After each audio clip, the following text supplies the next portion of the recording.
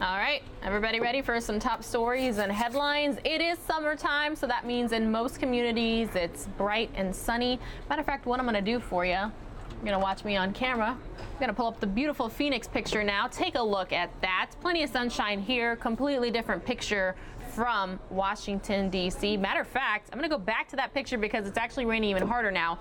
This is live. Look at that. The rainfall coming down pretty strong there. Everybody ready for some top stories and headlines. When you think about sunshine, let's take you back out to the sun. What are some things that you have to take with you? Some sunglasses maybe, sunblock, a hat, sun tanning lotion. Some people like to get tan out in the sunshine when you're sitting poolside. Well, it turns out sunglasses might not actually be the best bet for eye protection. When that sun is shining, you probably reach for your sunglasses. But here is some eye-opening health news. It turns out these sunglasses that we're wearing may be doing more harm than good. What gives? Well, sun's out for most of us, sunglasses are on. Here's the problem. It's shocking. Wearing a hat is better for your eye health than wearing sunglasses. Here's the dilemma. The sunglasses are causing your pupils to open.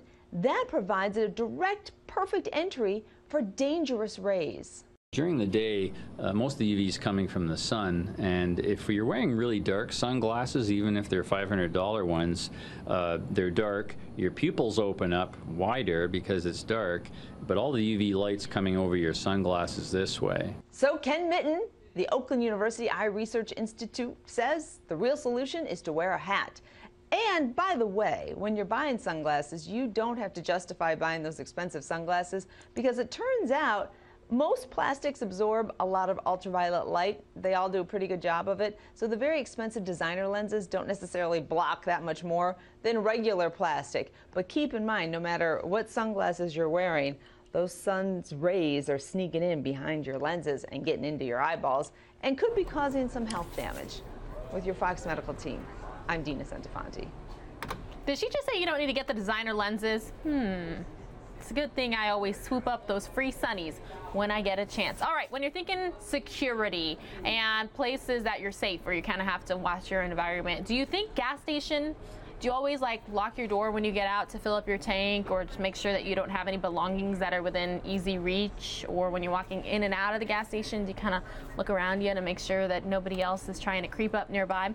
This next story is about a gas station using a robot as a Crime Stopper. People are definitely amused, and some come in for a closer look and video because it's an intriguing sight. What's that for anyway? This robot took up residence at a Shell station south of Market a few days ago. It didn't move right away, mistaken for an ATM. And I kept looking a little more closer and read it and said, oh, it's security? Now that it's rolling back and forth, 4 cameras continuously scanning, customers want more. If it talks to you, how are you doing today? You're not supposed to be on this property, please move. But doing this is not really helping anything. If I see him bust somebody, if I see him tackle a shoplifter, until then, watching it spin in circles, I guess I'll just scratch my head.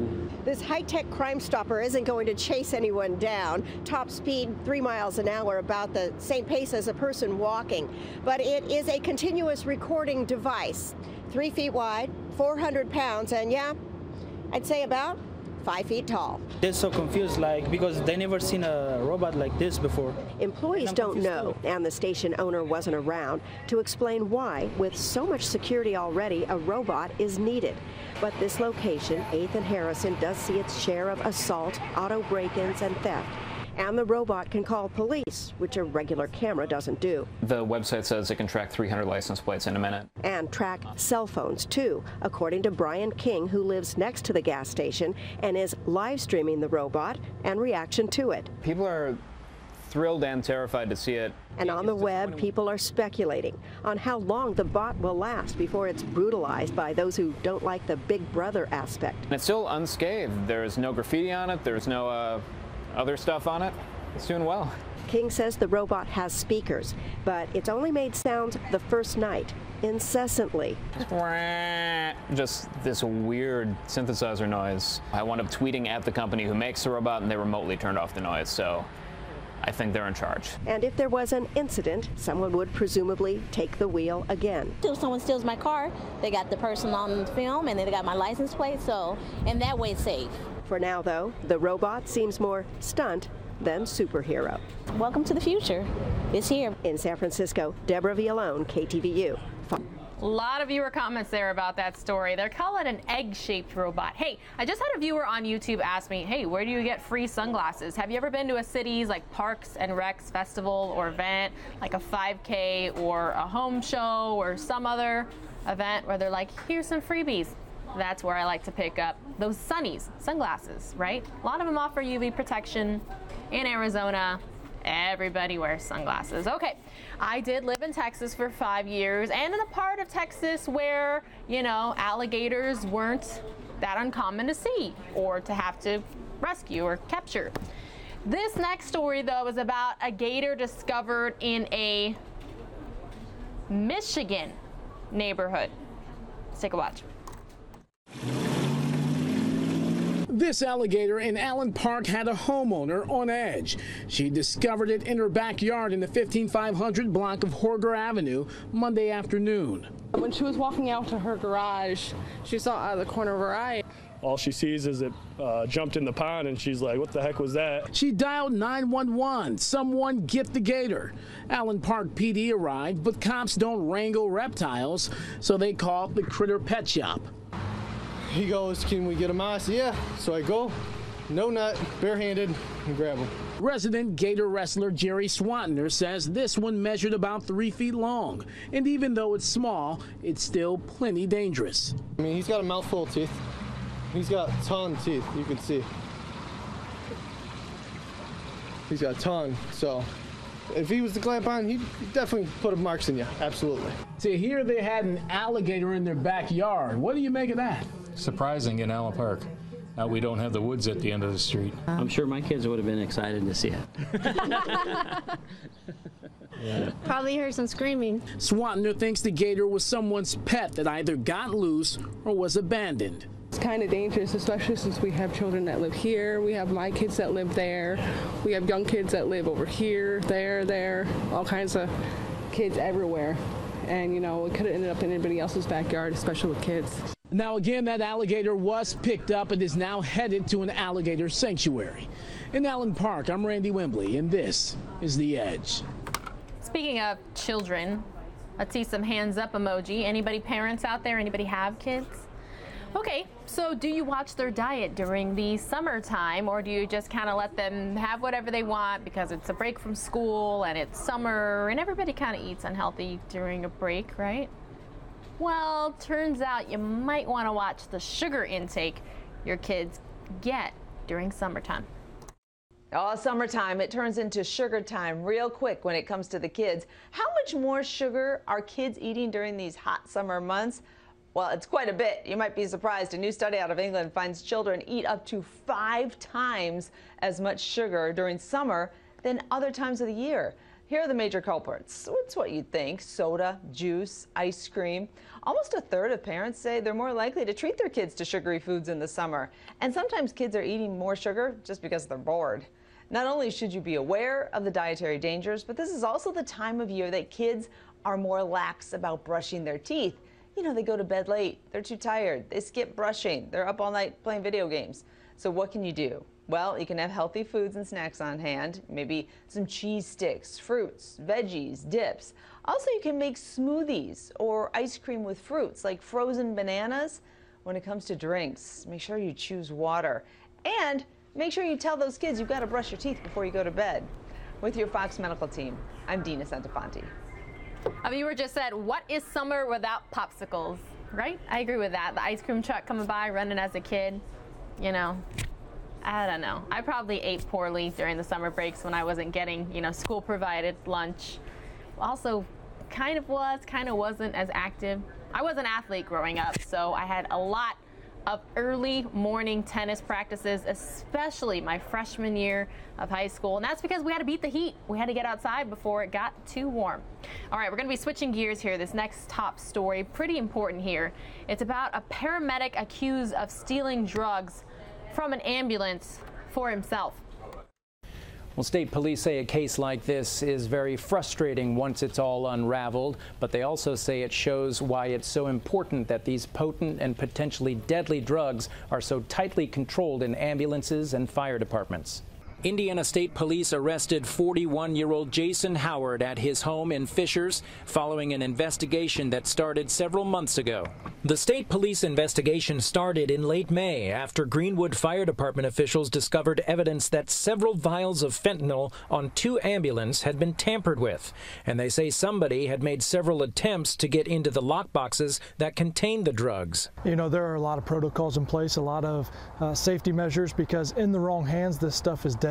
Investigators say SEALs ambulance paramedic Jason Howard would later admit to stealing fentanyl, but that was just the beginning. When this case was given to the Indiana State Police and we started uncovering the facts, it became very alarming to us. A statewide audit of all SEALs ambulances in Indiana revealed a total of 34 vials of fentanyl had been tampered with in 5 different counties dating back to March. A review of SEALs ambulance employee schedules led investigators to Howard, who they say was working in each county at the time of those thefts. Regardless of who the suspect is, we're going to investigate it to the fullest and carry out the investigation so that we can prevent this from getting into the wrong hands. Investigators say in a handwritten confession, Jason Howard told police he would take the fentanyl, which is meant for trauma victims, and refill the vials with saline. He would use the medication on himself because of a mass on his right side. This stuff is to be used in an emergency situation by emergency personnel, and those protocols were broken. A spokesperson for Tennessee-based SEALs Ambulance Service says Howard passed a criminal background check before he was hired. A company statement says, in part, based upon internal investigation, the company identified the individual responsible. The individual is no longer an employee of SEALs Ambulance, and we encouraged him to seek help for his addiction. Police arrested Howard on felony drug possession and misdemeanor theft charges and booked him into the Hancock County Jail. As of now, Hancock County prosecutor is the only one to file formal charges in this case. It's not known if or when the other 4 counties will follow suit. Reporting in the newsroom, Zach Myers, Fox 59 News. All right, anybody try to buy anything for Amazon Prime Day and get stuck on the website that's kind of crashed or gone down intermittently? I'm wondering if that's going to be in today's Fox Business Briefs. Despite a website glitch that kept shoppers from making any purchases, Amazon Prime Day sales in the U.S. so far are bigger than ever. In the first 10 hours, Prime Day grew even faster year over year than the first 10 hours last year. Amazon says top-selling items so far include the Fire TV stick with Alexa voice remote, Echo Dot, and Fire 7 tablet with Alexa. Apple unveiled some of its 70 new emojis that will be available later this year with the next iOS update for iPhones and iPads.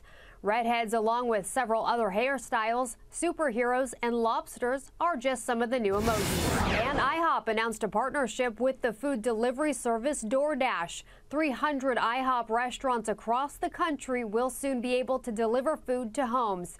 The move expands the IHOP and Go platform, which includes an online order system and a mobile app. That's business. For more, log on to foxbusiness.com. In New York, I'm Tracy Carrasco. Thanks, Tracy, getting us up to date every day. Hey, who knew that today was World Emoji Day? If you didn't, now you know.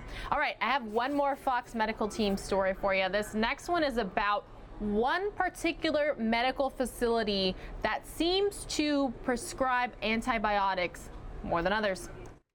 A new study finds urgent care clinics are prescribing too many unnecessary antibiotics. In fact, nearly half of all patients who go to the urgent care looking for treatment for flu, maybe the cold or other conditions that don't require antibiotics, get a prescription for one anyway.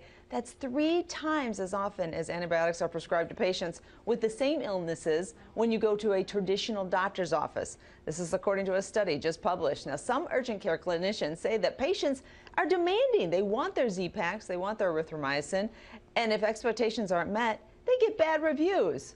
Or they say it's just hard to convince patients that antibiotics are a bad idea. What's the risk of taking unnecessary antibiotics? First of all, your body doesn't need them, and you're mucking with your immune system. Overuse also accelerates the emergence of resistant bacteria, or what doctors call superbugs, that can't be stopped with drugs. Side effects, too, they come with antibiotics: upset stomach, diarrhea, nausea, vomiting, or abdominal pain. So what should you do as the patient when you go to the urgent care and when the person treating you says you don't need an antibiotic? Believe them and don't pressure them to write you a prescription. With your Fox Medical team, I'm Dina Santafanti. All right, take a look at this storm. It's gotten even worse there in our nation's capital. What I'm going to do for you, I'm going to double box the Phoenix live picture along with DC. Tell me which side of the country you are at and how you found Fox News Now. Thanks for being with us, everyone.